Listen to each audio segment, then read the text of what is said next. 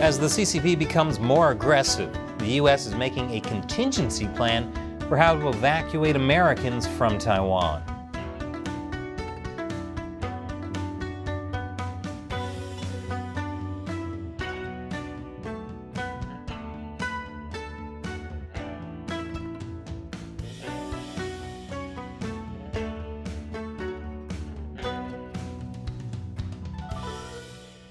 Welcome to China Uncensored. I'm Chris Chappell. This episode is sponsored by you, the incredible viewers who make China Uncensored possible by contributing on patreon.com/ChinaUncensored or ChinaUncensored.locals.com. The Chinese Communist Party is readying itself for war. I realize there's never been a time that sentence wasn't true. It's like saying Cookie Monster is readying himself for cookies. Not exactly breaking news. What makes this relevant is, in two recent speeches, Xi Jinping said China must prepare for extreme scenarios, including conflict with the West. And the most likely spot for war, Taiwan. Taiwan is an existential threat to the Chinese Communist Party, a thriving democracy of 24 million people. It's a damning condemnation of the Communist Party's claims that Chinese people aren't ready for democracy. Kind of like how the other members of NSYNC thought Justin Timberlake wasn't ready for a singles career. Well, just look at them now. China can't stand to see Taiwan thriving after they told them bye, bye, bye. And so Xi Jinping has said Communist China will take Taiwan by force if necessary. According to CIA Director William Burns, Xi has ordered the military to be ready for an invasion by 2027. That's a date that's been backed up by U.S. Secretary of State Antony Blinken and Taiwan's own foreign minister. Taiwan brought sexy back, and now China wants to take sexy back. If China invades, that could spell trouble for the 80,000 Americans living in Taiwan that would be caught in the crosshairs, which has to be scary. As an American, the only Asian invasion we've ever had to deal with is K-pop. Personally, I welcomed our BTS overlords. This is why the U.S. is preparing evacuation plans to get them out. The Americans, not BTS. I'll tell you more after this quick commercial break. Welcome back.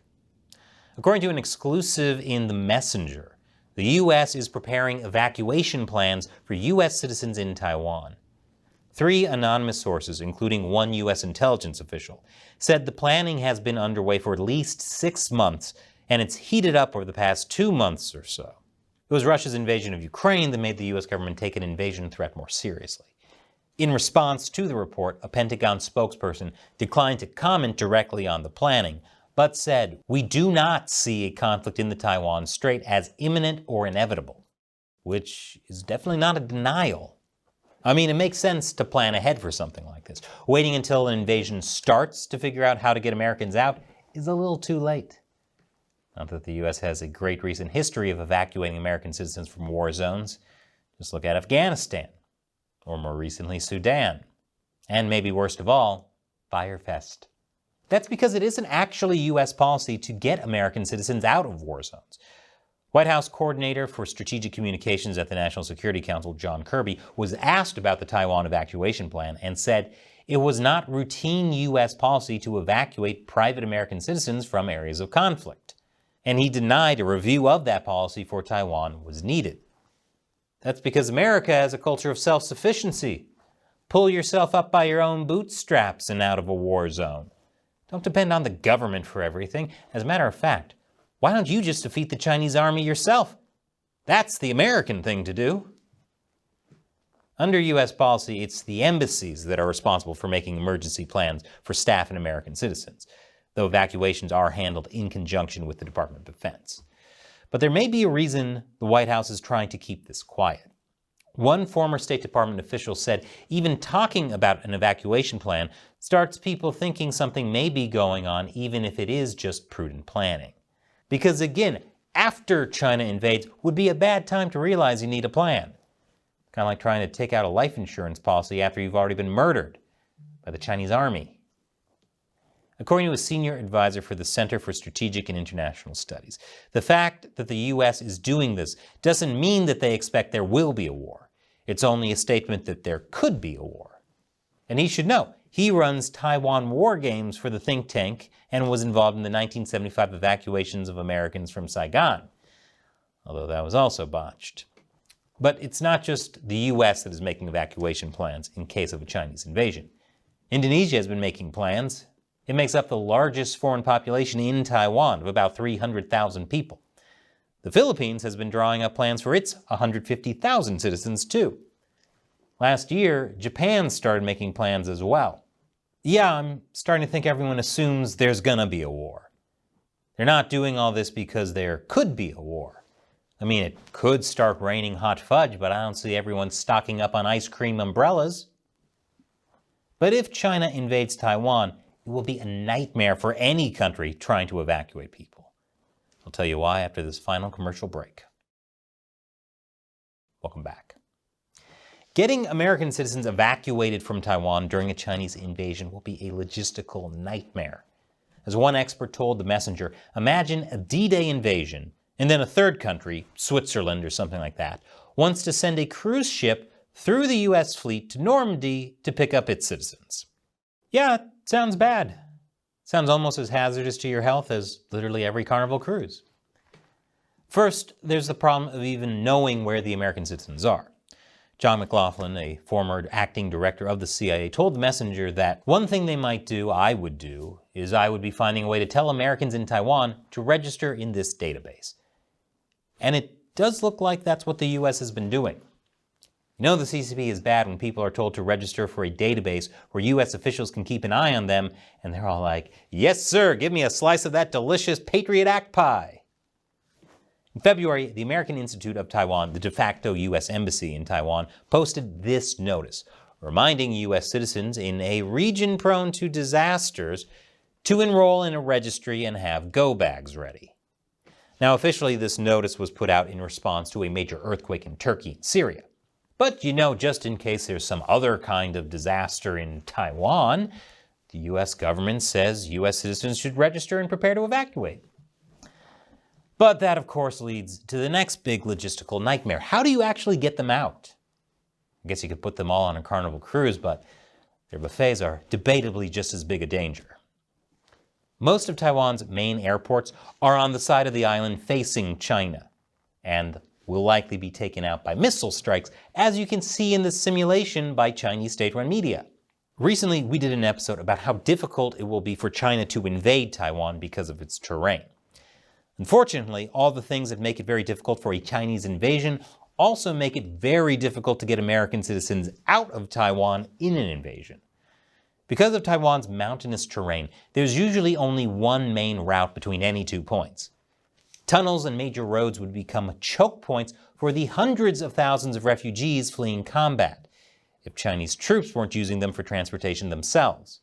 It would be like LA traffic, but somehow 1,000 times worse. Wow, war really is hell.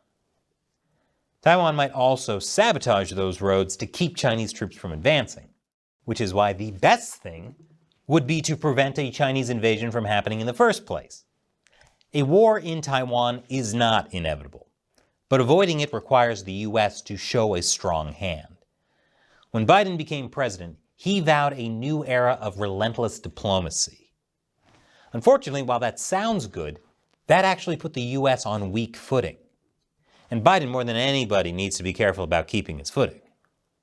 Since the Chinese Communist Party knows the Biden administration wants talks and diplomacy, they've been ghosting the US, cutting off access. That puts the Biden administration on the back foot. In order to make diplomacy happen, the US needs to make concessions to the CCP. Meanwhile, Taiwan has been frustrated by slow deliveries of US weapons. And despite the Chinese military constantly harassing Taiwan with military maneuvers near its airspace, I have yet to hear of a single Chinese military leader being sanctioned. Diplomacy doesn't work unless there are consequences. America has a strong hand and it needs to be used. Otherwise, there's going to need to be an evacuation of Taiwan. And remember, American evacuations don't tend to go so well. And bringing you stories like this would not be possible without support from viewers like you. Leave a like and a comment because it really does help us with the YouTube algorithm. And if you can, join the China Uncensored 50 Cent Army by contributing to us on patreon.com/China Uncensored. All it takes is $1 or more per episode. You can also set a monthly limit. And as a thank you, I'll answer your questions on the show. And today's question comes from Ian Pendleton. Since the Lithuanian government is no longer friendly with the CCP, how long do you think it'll be before they recognize the ROC on Taiwan as the legitimate government of China? Excellent question, Ian. So last year, Lithuania really angered the Chinese Communist Party by expanding its ties to Taiwan. Lithuania and Taiwan announced they would open diplomatic facilities in each other's countries, aka unofficial embassies. Taiwan's will be called the Taiwanese Representative Office in Lithuania.